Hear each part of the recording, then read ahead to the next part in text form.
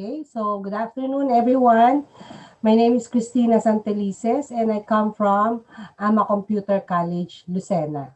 All right, so this afternoon we'll be talking about earth materials and processes. Okay, so what are earth materials?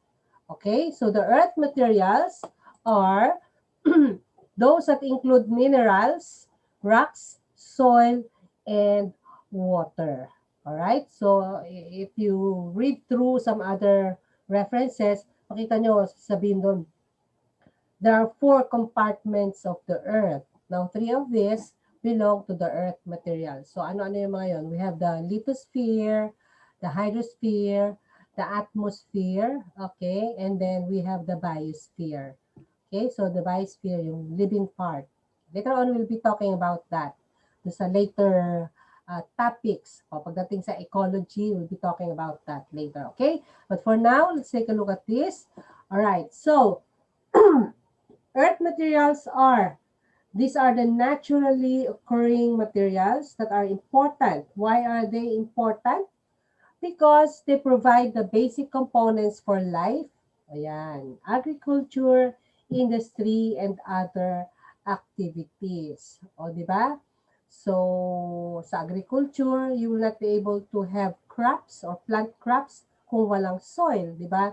In industry, you will not be able to manufacture some materials needed, like for example, sa construction, yan, kung walang materials that we get from the earth. All right? Especially mga metallic materials. Okay? Next. So, to understand this, let's take a look at how are these produced. O, siguro yung detalye na later on. But for this afternoon, I'm going to give you just a brief parang outline lang of the different rock cycle processes. Okay? So what are the different rock cycle processes? We have first the weathering of rocks, and then erosion and transport, deposition and sediment, burial and compaction, deformation and metamorphism, uplift, melting, and finally crystallization of magma. Okay? So from the source that I obtained this, ito yung kaniyang mga rock cycle processes. But of course, sa ibang reference materials, there could be 6 or 7, but all in all, they are the same. Okay? Pareho lang. Siguro detalyado lang itong kaunti. Okay? So, let's start with weathering. Weathering is the breakdown of rocks at the Earth's surface by the action of rainwater, extremes of temperature, and biological activity. So makikita nyo dito, there are 3 types of weathering. Tatlong klase yung weathering. Pag sabing weathering, yun yung, alam nyo yun, paano ba sabihin?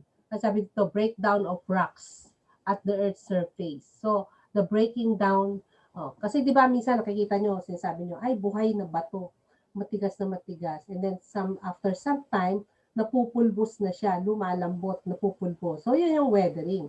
Nagwe-weather out. So, to give you a clearer picture, okay? Sige, later on na lang. Let's continue muna. Alright?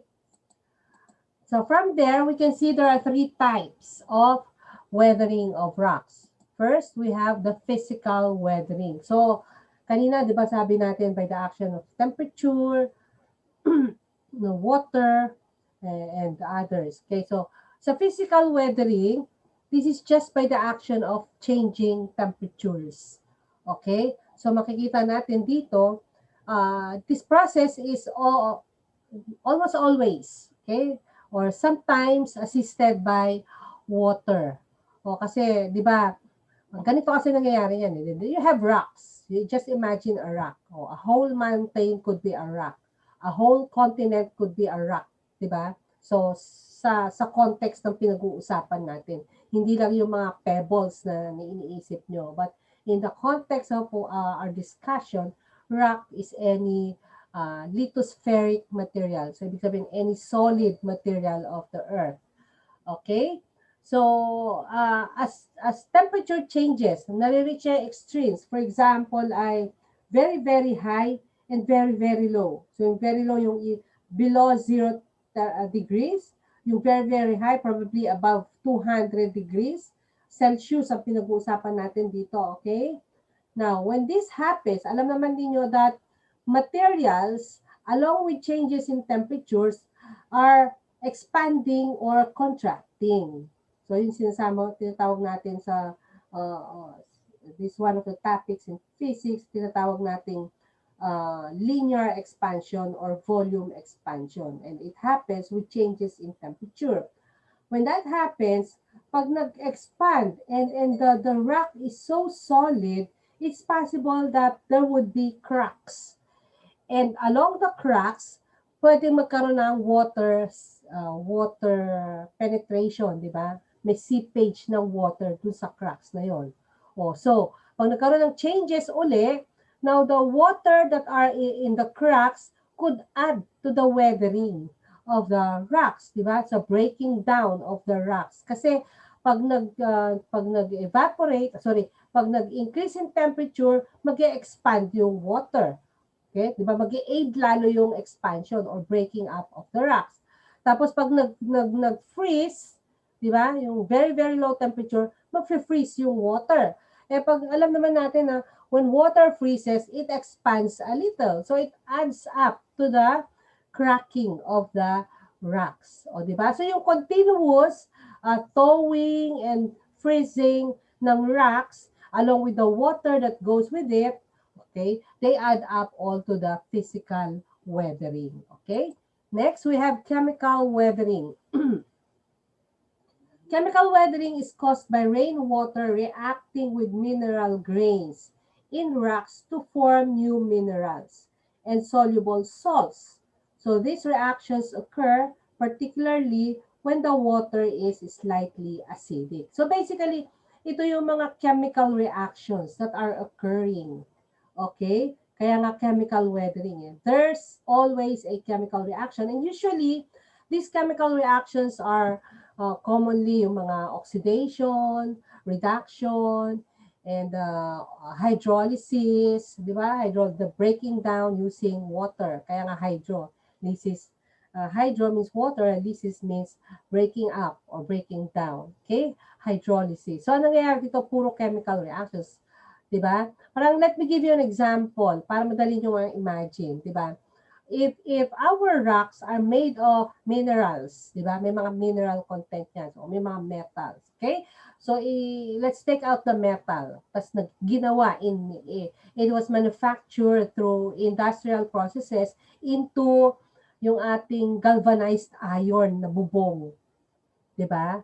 Sa katagalan, dahil ulan ng ulan, especially if the rain is acidic, anong nangyayari sa bubong? Di ba kinakalawang? Okay, so rusting is a kind, if I may say so, it's a kind of weathering na nangyayari sa inyong bubong. Di ba? Kasi acid rain, by the action of, let's say, iron, in the presence of oxygen, nagiging iron oxide. Yun yung inyong rust. Di ba? So it produces new, if not new minerals, it could produce soluble salts that will be dissolved by water, or it could be producing other kinds of components that would be products of the chemical weathering. Okay? Yun yung chemical weathering na tinatawag. There's always chemical reaction. Okay? Producing salts or new minerals or other products. Okay? Next, we have the biological weathering. Now, biological weathering is caused by activities of living organisms. Ano na yung mga activities of living organisms? But they have metabolic processes, di ba? Respiration, etc., etc. Or photosynthesis pag may halaman, di ba? Or other activities. Now, trees put down roots through joints or cracks. O, di ba? Kanina sa physical weathering, may mga cracks and then water seeps through the cracks. Okay? O, pag may halaman, syempre, yung mga ugat nun maghahanap ng moisture to absorb. So they can penetrate through the cracks in rocks. Okay? That will result to the breaking up of the rocks na yun ay tinatawag natin biological weathering. Alright? Is that clear? Can I get a thumbs up if it's clear so far? Virtual thumbs up. Okay, thank you. Very good. All right. So yon. So as the trees grows or as the tree grows, the roots gradually prise the rock apart. Kaya nga makikita ninyo, 'di ba, sa mga pavements na maraming bato, 'di ba? Pagka maliit pa lang yung puno, di bumbu pa yung bato. Pag lumaki na yung puno, 'di ba? Yung bato, the rocks are already broken down into smaller pieces. And then later on would be, would erode or something like that. Okay? And next, even, ito, tingnan nyo to ha, gaano ka-powerful itong mga microorganisms na yon na kaya-kaya nila. Kasi ang strength ng bato, hindi naman physical strength lang yun eh. It has something to do with the components. Remember, bato, it's made of matter. Sa chemistry, sinabi natin matter. Ano ba yung smallest particle of matter? We have the atom. Okay, that becomes molecules. Then there's build up of molecules. Diba? As long as there's atom, there can always be biological and chemical reactions. Alright? So even the tiniest bacteria, algae, and lichens produce chemicals. Ayan. Kasi dun sa mga respiration or kung ano mga activities ng mga organisms, they produce chemicals, okay, that help break down the rock on which they live so they can get the nutrients they need. Ayan. Okay? So, yes. Okay, I hope that's clear. And then, all right. So, next to weathering is erosion and transport. O, di ba? Pag nagwa-weather out na yung rocks, okay, it's possible that they would be eroded. So, ano yung erosion? It is the process by which soil and rock particles are worn away and moved elsewhere by gravity or by a moving transport agent, which are either wind, water, or ice. Okay? Yeah. Next, we have transport. Transport is the process by which sediment is moved along. For example, pebbles rolled along a riverbed or seashore and sand grains whipped up by the wind, salts carried in solution. Ganito yan, di ba? Kanina sabi natin, rocks could be weathered physically, chemically, or biologically. Di ba? So, pag na-weather out yung rock, they would be easily eroded. Okay? Nag-erode. So, na-move siya. Okay? Pag na-move siya, okay, it could be transported, okay, from one place to another place in the earth. So, may mga transport agents tayo na tinatawag. So, it could be wind, di ba? So, pagdating ng wind, di ba, if you remember, kung may makita kayong mga movies na ang setting ay sa disyerto, di ba? Pag ang lakas-lakas ng ulan, ng hangin, okay, nasasama sa hangin ay yung mga dust particles. Tapos yung mga dust particles na yun, pumunta sa isang lugar. Okay? At doon na iipon. Mamaya, yun yung kasunod na process. Okay? Ayan. But we're talking about erosion and transport here. Pag water naman, di ba, the suspended particles are carried through water currents sa mga flow nila. Ganun din pag sa ice. Okay? And they are being transported. So the next process would be deposition of sediment. Okay, yan. So yung mga particles na yon that are, tawag dito, rocks that have been weathered out, particles that have been weathered out from rocks, so they get to be eroded and transported. And as they are being transported, hindi yung tuloy-tuloy class. Hindi tuloy-tuloy ang transportation, but they will come to an end where they have to be deposited at a certain place. Parang kagaya sa disyerto, di ba? Kung makikita nyo, parang nagma-mountain. nakakabuo ng bundok ng buhangin sa mga disyerto, di ba? Because that's a result of deposition. Okay? Deposition of the sediments. Okay? Kasi sediments yung tawag dun sa mga particles that are products of weathering out of rocks. Okay? So deposition is the laying down of sediments carried by wind, water, or ice. Ayan. So they can be transported either as pebbles, sand, muds, or as salts. Okay? Which are dissolved in water. Okay? Kaya, di ba kayo nagtataka? May mga dissolved salts na pupunta sa water. Yan yung reason kung bakit maalat ang dagat. Di ba? Kasi nadi-dissolve yung salts. Okay? And we all know that all bodies of water, all of them end up into the sea. Okay? Yan. Next, burial and compaction. Now, as layers are piled up upon another, one upon another, the sediments beneath are buried. Ayan, di ba? Habang nagde-deposit, di ba? There's deposition.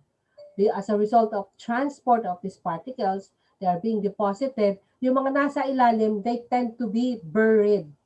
Di ba? At habang bumibigat yung nadideposit at nababury ng mga sediments, they tend to become cemented, nako-compact and nasisement. Okay? Forming a certain kind of rock.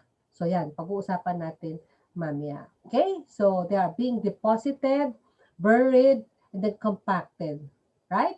So with this, all right, so next, we have deformation and metamorphism. So deformation describes the processes by which rocks are folded and faulted. Okay, so kung may rocks na, do you know that the continents are like, ang tawag dyan ay mga tectonic plates. Parang mga plates yan na moving. Okay? Kasi ang continents class, if I may say so, the continents, sa ilalim nun, hindi naman, kung rock sa ibabaw, hindi yan rock completely hanggang sa ilalim.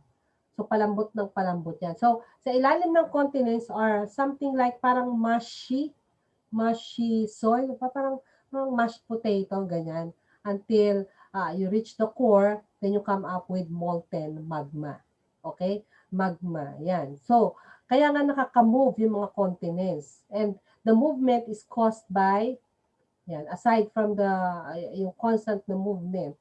Kaya nga, di ba, makita nyo, if you take a look at the continents on the earth sa mapa, parang puzzle na pwedeng pagkabit-kabitin. Diba? Kasi ngayon, naghiwa-hiwalay na because of tectonic movement. Diba? Plate tectonic movement. Okay? Kaya nga, I don't know if you can imagine what I'm imagining. Posible na Pilipinas mapunta sa North Pole. Pag nangyari yun, wala na tayong lahat. Iba ng generation ang nandyan. Okay? But then again, I'm just giving you something to be able to imagine what I'm talking about. Kasi the movements are, yung folding and faulting are aggravated by yung mga matinding tectonic activities like earthquakes. Diba? Earthquakes. Pag nag-fold, nagkakaroon ng cracks, nagkaka-fault, nagsiseparate, etc., etc. Kaya nagkakaroon ng deformation. Okay? And then metamorphism. Okay? Yung metamorphism naman is the changing in appearance. Nagme-metamorphose, di ba? So, have you seen a larva that metamorphosed into a butterfly? So, parang ganon ito. Okay? Pero syempre, hindi naman yung butterfly. Bato. Bato na nag-change in appearance. Okay? Kaya metamorphose. So, another kind, makikita natin mamaya, would be the metamorphic rocks. Okay? And then, uplift. Ayan. Uplift. Pag sabing uplift, dinadala sa itaas, umiibabaw, iniibabaw, kasi nasa ilalim, iniibabaw. Yan. Kung walang uplift activities or uplift processes, then there would be no rock cycle. Okay? Kasi the uplift is the key to the rock cycle. So understanding the idea of uplift is the key to making sense of the rock cycle. So it allows us to see rocks that were once deeply buried beneath the surface. Kita natin. And then they surface again. sa ma-uplift sila, and then they become part of the surface again. Okay? Yan. So, if rocks did not get uplifted, then wala tayong mga hills and mountains. Okay? So, kung minsan yung mga activities na ganyan, yung mga tectonic activities, di ba? Kung kunyari, yung mga, I don't know kung volcanic eruptions, pag walang, di ba?